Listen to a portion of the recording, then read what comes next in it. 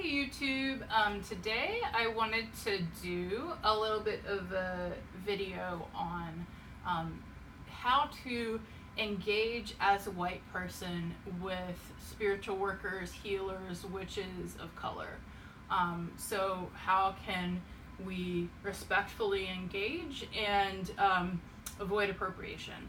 So this topic came up to me especially when I was on a recent trip to New Orleans, because I had a lot of conflicted feelings about going to New Orleans and wanting to kind of shop for tarot and like other spiritual stuff, but also being aware of how much of the city's spiritual traditions and roots are in ancestral practices that are closed to me, that are not appropriate for me to participate in as a white person, and also just being aware of how much like different things like voodoo and hoodoo have been commercialized and sort of stolen, as is often the case by white folks. And so I wanted to figure out like how can I engage with the things I connect to in the city around like witchy stuff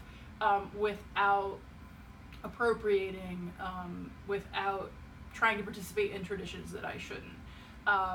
And in taking that trip and in thinking through these questions, I came up with 5 tips that I would like to share with you. Of course, I am a white identified person, and so I do not have the answers. These come from my experience and reading of folks of color.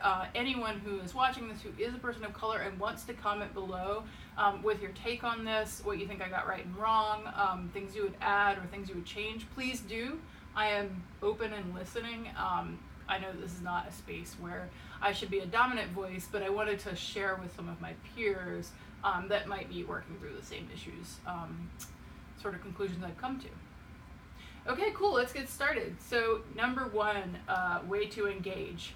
Buy their stuff. So buy stuff that folks of color are offering. I think it can be easy as a white person, if you feel kind of conflicted about this and you're not sure, to be like, okay, great, so I'm just going to engage with other white people. I'm going to buy things from white store owners, white businesses, because I am too afraid of accidentally appropriating. I'm too afraid of buying something outside of my tradition or offending somebody.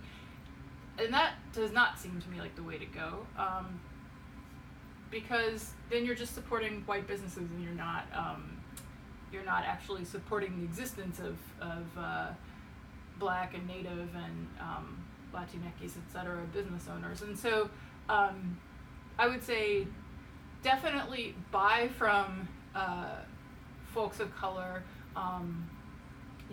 When folks of color offer services, like take advantage of that. But then number 2, avoid appropriation. So if you are going into a business or you're engaging with a healer of color, you can always ask questions. Is this tradition open to me? Or let's say you're in a store and you're not sure about everything around you. You can always just ask, like, hey, I'm a white identified person. What here is appropriate for me and what here isn't? What here comes from a tradition that is closed to me and what here doesn't? And I wouldn't say that, of course, one person of color can't speak for the entire population, and also, like, just because a business owner is of color does not mean that that person is a member of every tradition that they are selling things from, or that they necessarily know about everything they're selling. They may or may not. And so, I certainly wouldn't use this as a weapon. I wouldn't, if someone said, hey, this necklace you're wearing or this charm you're carrying is inappropriate for you, I would not say, oh, well, the person who sold it to me said it was okay. Like, don't do that. It's a good idea to do as much research as you can in advance about different traditions that you're interested in, to learn whether they are open to you. But of course, engaging with people, having conversations is a great way to learn more, and to show that you are, that you're not looking to purchase things from a closed tradition, even if they are available. So number 3, representation is good, appropriation is bad. So I'll use an example here from the tarot world. I think it's great and awesome to support folks who are creating tarot decks that have diverse representation. I often am buying decks that have tons of people of color represented in them. I don't want my decks to be all white. My world is not all white. That doesn't represent the world around me. And so I think it is really important to support diverse representation. On the other hand, tarot decks I don't buy are, one, if they come from reference a closed tradition or religion that I'm not a part of, I don't feel comfortable working with those cards. So I think it's great that those cards are out there for folks who do belong to that tradition, but like I'm not going to buy them for myself.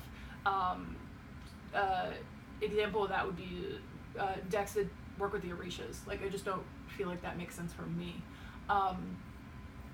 Also, and then number two would be I really don't want to support at all decks that feel appropriative to me, particularly decks that are made by folks not of a culture either that is closed or folks that are not of a culture and try to make a deck that is very broadly referencing. So like I've seen very Orientalist decks that reference, Asian or Eastern themes, but don't actually know anything about what they're referencing.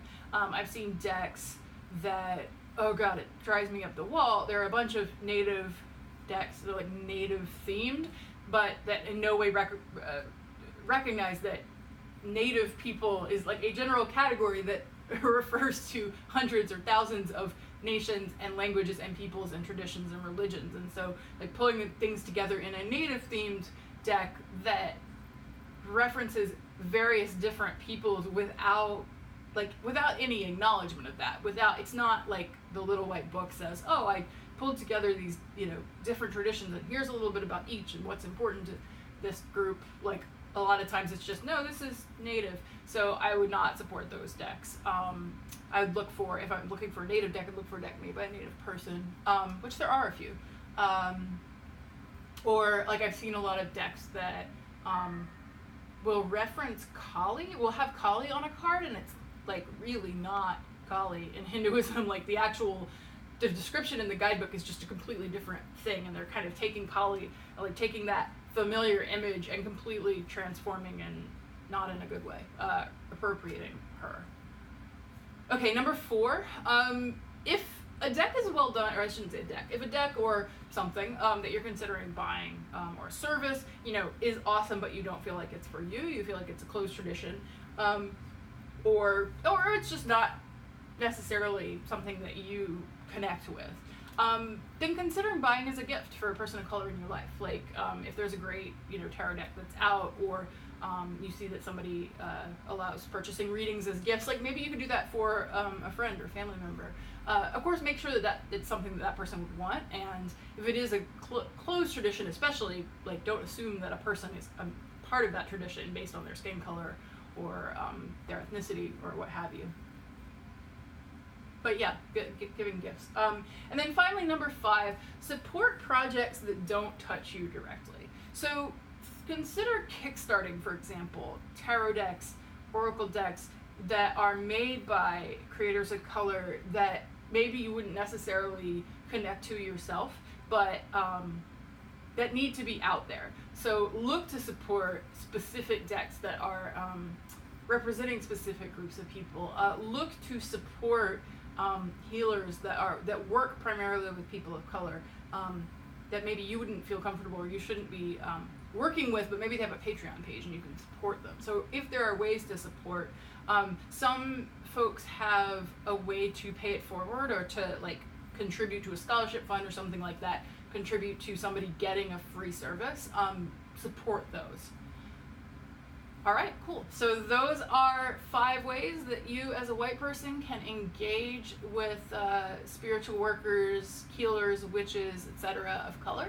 I hope you enjoyed those suggestions. Again, if you are a person of color and want to leave a comment below about what did or didn't resonate with you, please do. I would love critical feedback. Always happy to accept that. And if you enjoyed this video, don't forget to like and subscribe. All right, thank you.